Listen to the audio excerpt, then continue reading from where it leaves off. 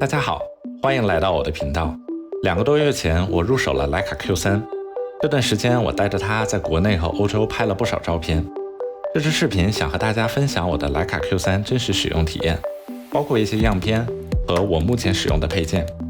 先简单介绍一下我的摄影经历吧。我目前是个摄影爱好者，一直在学习中。虽然早在2003年就拥有了第一台数码相机，但过去很多年时间，相机只是我记录生活的工具。后来呢，手机逐渐替代了相机，我拍摄照片也越来越少。直到去年，我在 B 站看到一位 UP 主的第一视角扫街视频，被他捕捉到的生活中被忽略的美好瞬间和照片背后的故事所触动，这又重新激发了我对摄影的热情。我希望相机也能成为我表达自我的创作工具，于是开始系统的学习摄影理论，并进行拍摄练习。目前我的拍摄主题是街头人文，这也是我选择徕卡 Q3 的主要原因。我选择相机时优先考虑轻便、适合随身携带的全画幅相机，因为我平时扫街不喜欢带包，通常只带一台相机和手机出门，所以相机太大太重会影响我的拍摄体验。我最初考虑的是索尼 A7C2， 但我实际到店体验后发现，这台机器虽然机身小，但如果搭配进阶一点的定焦镜头后，总体积并不小，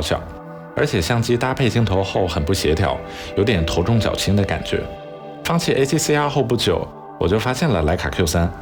这是一台不可更换镜头相机，机身装上电池后重量仅有743克。体积方面，镜头即便装上遮光罩，从屏幕到遮光罩边缘的长度也不超过10厘米，非常适合随身携带。这台相机的握持手感对我而言虽然称不上特别舒适，但机身背后有一个放拇指的凹槽，握持稳定性相比 A7C2 要好上不少。如果想要更舒适的握持，可以选配一个拇指手柄，或者像我这台这样，增加一个带手柄的保护壳。目前我这台机器安装了半保护壳、UV 滤镜、相机快门、遮光罩，还有电池，全部配齐后重量也仅有908克，还是非常轻便的。接下来我们聊聊镜头。徕卡 Q3 采用一颗 Summilux 28毫米 f1.7 不可更换镜头，这个镜头非常适合拍摄人文题材，这也是我选择这台相机的另一个原因。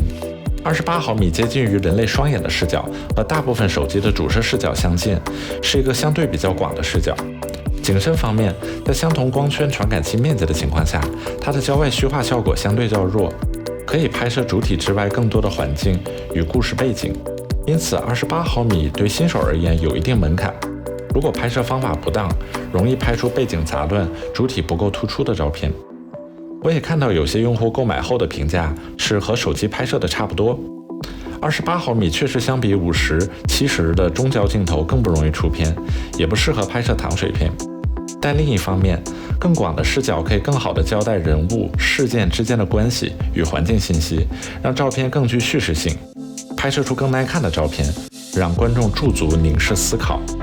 此外，28毫米需要拍摄者距离拍摄对象更近，这对初学者来说有一定难度。但一旦适应，我的体会是，你不再把自己当作画面之外的观察者，而是将自己沉浸其中，与周围环境融为一体，融入当下的瞬间。因此，对于选择购买不可更换镜头而言，需要特别考虑清楚镜头焦段是否适合自己的拍摄题材。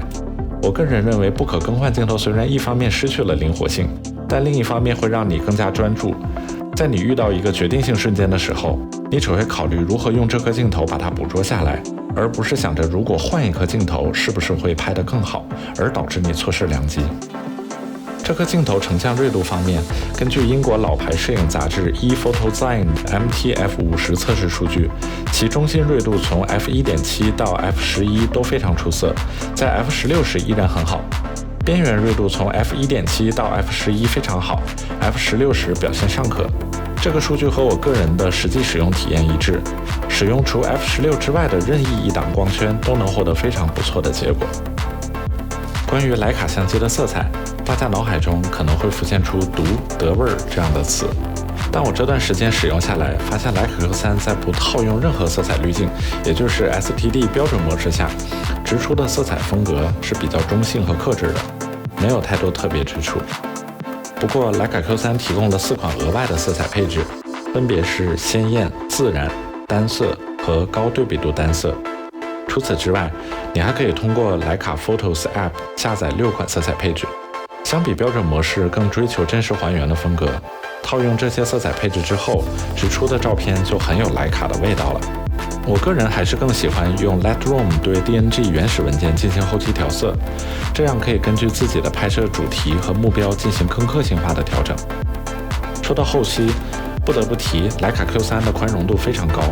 前期拍摄时只要不是曝光特别的离谱，一般都能通过后期调整到理想的影调和色彩。这台相机搭配了一块6000万像素的全画幅传感器，可以通过机内裁切实现35毫米、50毫米、75毫米、90毫米4种焦段的数码变焦。得益于高像素，即使裁切到75毫米，依然能保留840万像素，足够输出4K 分辨率的照片。高像素也给后期构图调整提供了非常大的空间。平时扫街抓拍的时候，经常会遇到构图不理想的情况，比如相机歪了，或者主体太小，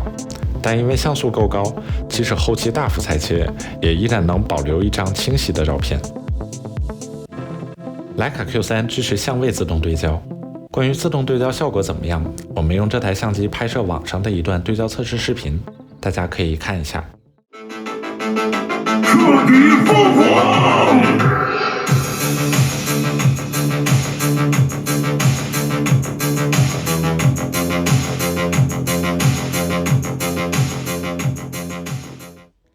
我的使用体验是，这台相机的对焦速度非常快，但在光圈开到 f1.7、f2 这种大光圈的情况下，对焦速度会略有下降。因此，如果需要快速抓拍，可以考虑稍微缩小光圈或者使用估焦拍摄。此外，这台相机的手动对焦体验也非常棒，转动对焦环的阻尼感恰到好处，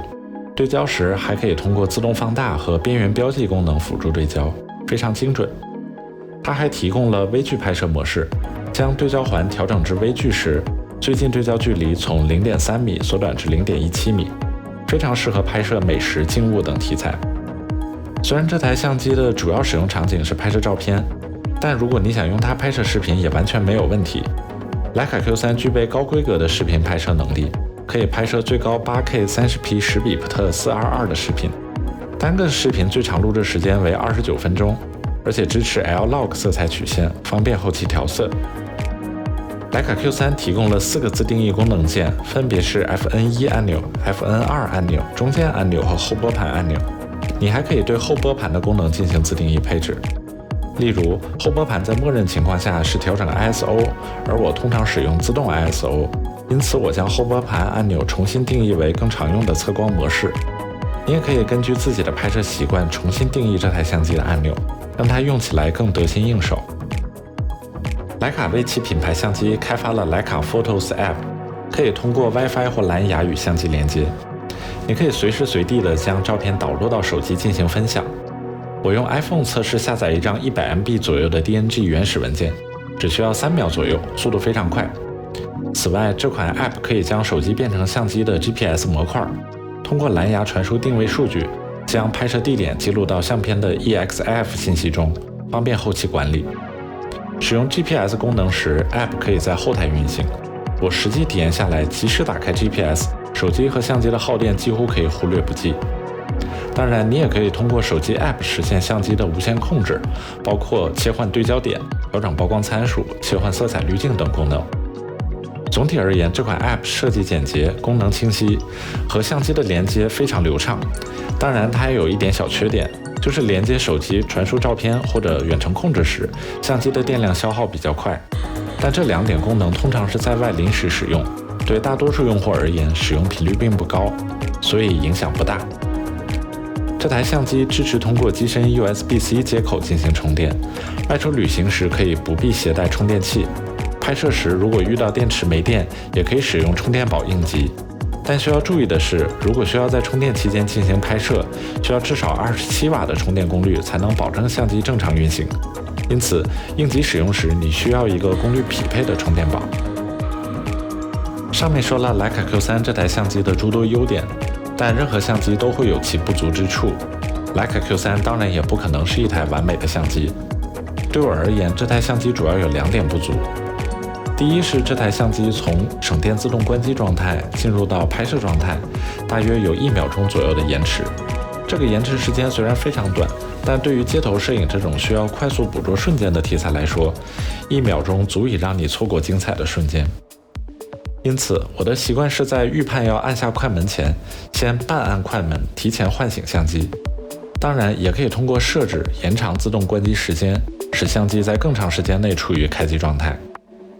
第二点是徕卡 Q3 在光机状态下摇晃相机时 ，Q3 镜头中的光学防抖装置会有轻微的响动，这种响动在开机通电后是没有的。现在是关机的状态下。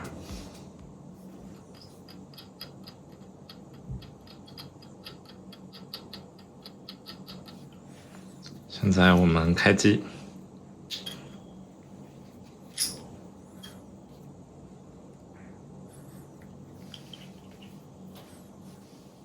因此平时拍摄时是听不到的，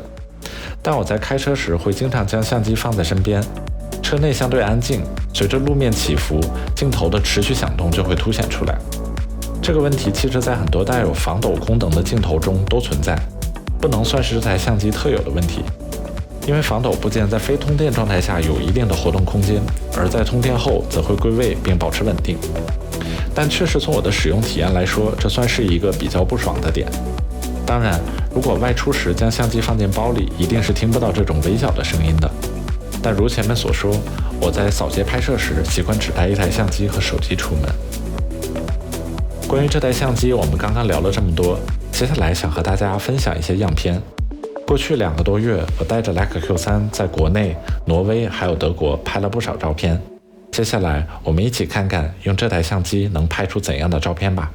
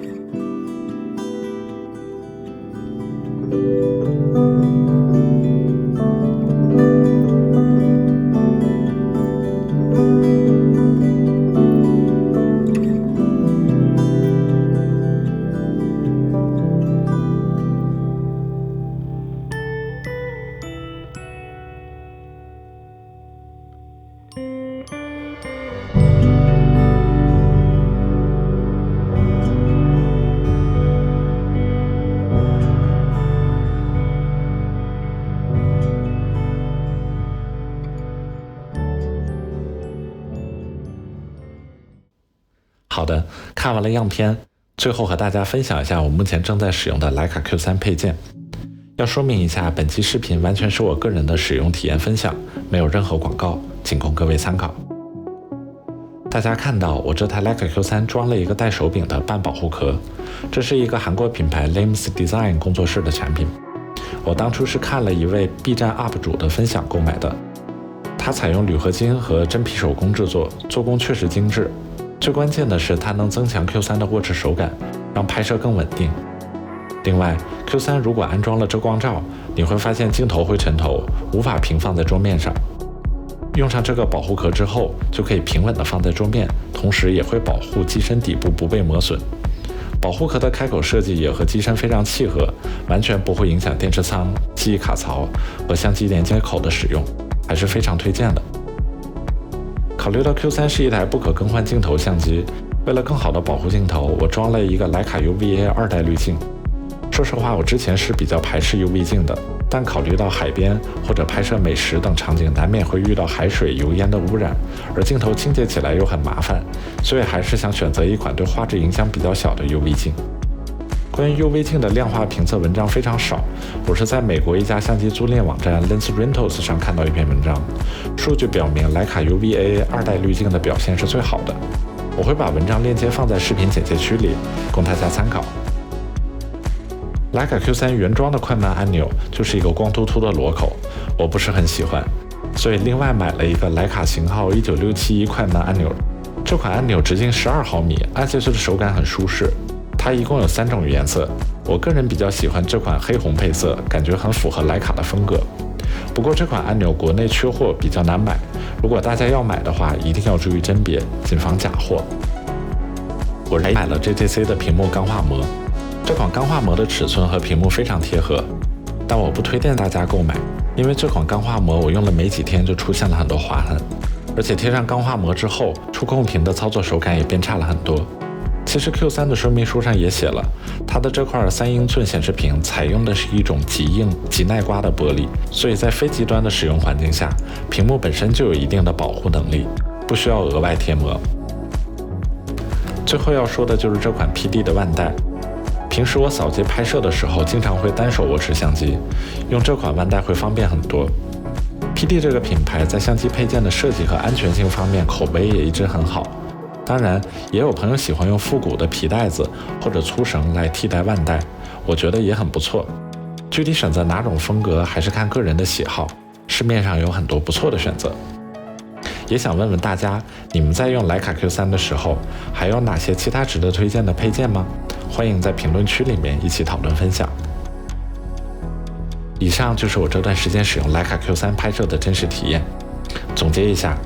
我认为徕卡 Q3 是一台便携、精致且高素质的全画幅相机，它具有非常优秀的成像质量和宽容的后期空间。28毫米的不可更换镜头非常适合扫街、纪实、人文题材。如果你目前对拍摄计划的题材或焦段还不是很确定，那么一台可以更换镜头的相机可能更适合你。但如果你了解28毫米焦段的画面特点，而且清楚地知道自己的拍摄题材需要用到这个焦段，那么徕卡 Q3 会是一个很棒的选择。好了，以上就是本期视频的全部内容了，希望对你能有所帮助。期待你的点赞、转发和收藏，也欢迎关注我的 B 站、小红书、YouTube 或 Ins 账号。我会不定期的分享更多摄影作品和拍摄经验，感谢你的支持，我们下期再见。